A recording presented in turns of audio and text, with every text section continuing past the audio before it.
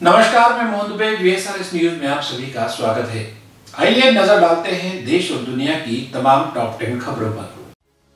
झारखंड विधानसभा में नमाज के लिए अलग कमरा अलॉट करने पर सियासत तेज हो गई है। मॉनसून सत्र के दूसरे दिन की कार्यवाही शुरू होने से पहले विधानसभा के बाहर बीजेपी विधायकों ने झाल मंजीरे बजाकर भजन गाया। उधर कांग्रेस के पूर्व प्रदेश अध्यक्ष और वित्त मंत्री रामेश्वर उरांव ने हनुमान चालीसा का पाठ किया। वहीं सदन की कार्यवाही शुरू होते ही बीजेपी विधायकों ने जय श्री राम, हर हर महादेव के नारे लगाए। बीजेपी विधायकों ने कहा, नमाज के लिए अलग कमरा अलॉट करने का आदेश विधानसभा अध्यक्ष को वापस लेना होगा, तभी विधानसभा चल सकेगी। वहीं कांग्रेस का कहना है कि आस्था पर सियासत नहीं करनी चाहिए, समय से नमाज अदा करने के लिए कमरा अलॉट किया गया है। इस मुद्दे को बीजेपी बेवजह तूल दे रही है। 2 सितंबर को विधानसभा अध्यक्ष रविंद्रनाथ महतो के आदेश पर नमाज के लिए कमरा नंबर TW 348 अलॉट किया गया था। प्रधानमंत्री नरेंद्र मोदी ने वीडियो कॉन्फ्रेंसिंग के जरिए हिमाचल प्रदेश के हेल्थ वर्कर्स और कोविड वैक्सीनेशन प्रोग्राम के लाभार्थियों से बातचीत की। इस अवसर पर राज्यपाल, मुख्यमंत्री JP नड्डा, अनुराग सिंह ठाकुर, सांसद, विधायक, पंचायत नेता समेत दूसरे लोग भी मौजूद रहे। पीएम मोदी ने कहा कि 100 साल की सबसे बड़ी महामारी के खिलाफ लड़ाई में हिमाचल प्रदेश चैंपियन बनकर सामने आया है। हिमाचल भारत का पहला राज्य बना है जिसने अपनी पूरी आबादी को कोरोना टीके की कम से कम 1 डोज लगा ली है। प्रधानमंत्री ने कहा कि हिमाचल वासियों ने किसी भी अफवाह को, किसी भी अपप्रचार को टिकने नहीं दिया। ये राज्य इस बात का प्रमाण है कि देश का ग्रामीण समाज किस प्रकार दुनिया के सबसे बड़े और सबसे तेज टीकाकरण अभियान को मजबूत कर रहा है। पंजाब रोडवेज और PRTC के करीब 8000 ठेका कर्मचारियों ने नियुक्ति को स्थायी करने की मांग करते हुए अनिश्चितकालीन हड़ताल शुरू की है। हालांकि पंजाब में प्राइवेट बसें पहले की तरह ही चल रही हैं। पंजाब रोडवेज और पेप्सी सड़क परिवहन निगम के ठेका कर्मचारी यूनियन के अध्यक्ष रेशम सिंह गिल ने कहा, सरकारी कंपनियों की करीब 2000 बसें सड़कों पर आज नहीं दिखी। उन्होंने कहा, केवल 200 से 300 बसों का ही परिचालन संभव हो सका, जिनको नियमित कर्मचारी चला रहे थे। इस अनिश्चितकालीन हड़ताल से कई यात्रियों को परेशानियों का सामना करना पड़ा, जो आमतौर पर सरकारी बसों में सफर करते हैं। प्रदर्शनकारी कर्मचारियों ने कई स्थानों पर प्रदर्शन किया और लंबे समय से लंबित अपनी मांगों को नहीं सुनने के लिए राज्य सरकार के खिलाफ नारेबाजी की। राष्ट्रपति रामनाथ कोविंद ने यहाँ पास स्थित आईएनएस हंस पर एक रस्सी परेड में भारतीय नेवल एविएशन को राष्ट्रपति का ध्वज प्रदान किया। इस अवसर पर नौसेना ने राष्ट्रपति को गार्ड ऑफ ऑनर दिया।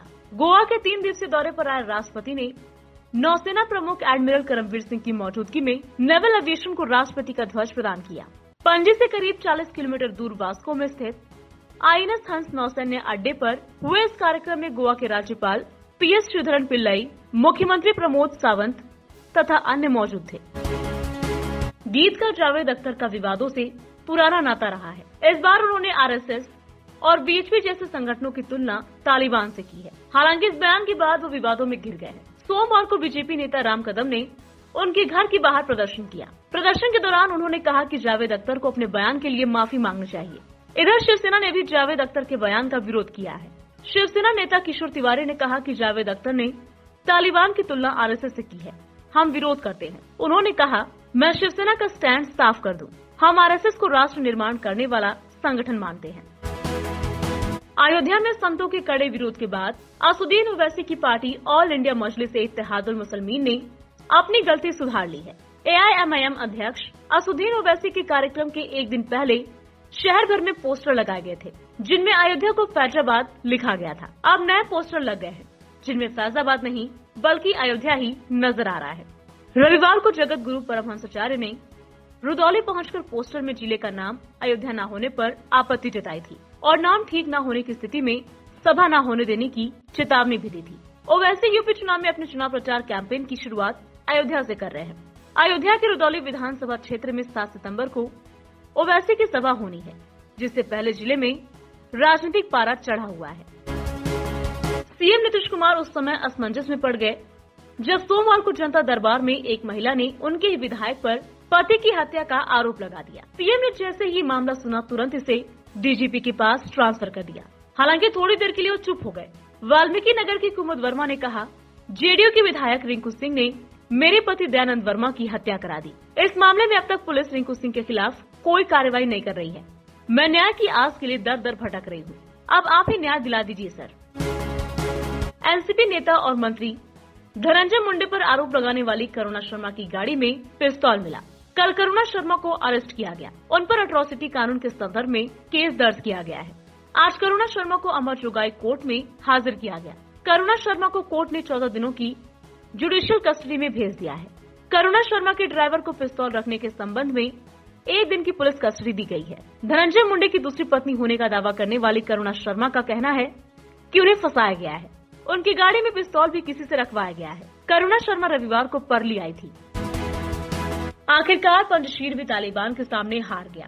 रेजिस्टेंस फोर्स के लड़ाकों ने तालिबान को कड़ी टक्कर दी, लेकिन रविवार की लड़ाई के बाद तालिबान की जीत हो गई। तालिबान ने पंजशीर के गवर्नर हाउस में अपना झंडा भी लहरा दिया है। अब पूरे अफगानिस्तान पर तालिबान का कब्जा हो गया है। तालिबान ने झंडा फहराते हुए वीडियो भी जारी किया है। तालिबान के इस दावे को रेजिस्टेंस फोर्स ने गलत बताया है और कहा है कि पंजशीर घाटी में जंग जारी रहेगी। तालिबान के प्रवक्ता ने एक बार फिर पंजशीर में कब्जे का दावा किया है। तालिबान प्रवक्ता ज़बीउल्लाह मुजाहिद ने कहा कि हमने पंजशीर में अपने दुश्मनों को ढेर कर दिया है और पंजशीर हमारे फोर्स के कब्जे में है। ज़बीउल्लाह मुजाहिद ने कहा कि पंजशीर के साथ किसी तरह का भेदभाव नहीं होगा। उन्होंने हमसे चाहा था कि ये मुद्दा बातचीत के जरिए सुलझे, लेकिन ऐसा नहीं हुआ। इसके बाद हमारे फोर्स ने हमला किया और कब्जा किया गया। इससे पहले तालिबान प्रवक्ता ज़बीउल्लाह मुजाहिद ने कहा था कि कब्जे का दावा किया था, जिसे एनआरएफ ने खारिज कर दिया था। भगवान महाकाल की शाही सवारी शाम 4 बजे मंदिर से निकलना शुरू हो गई है।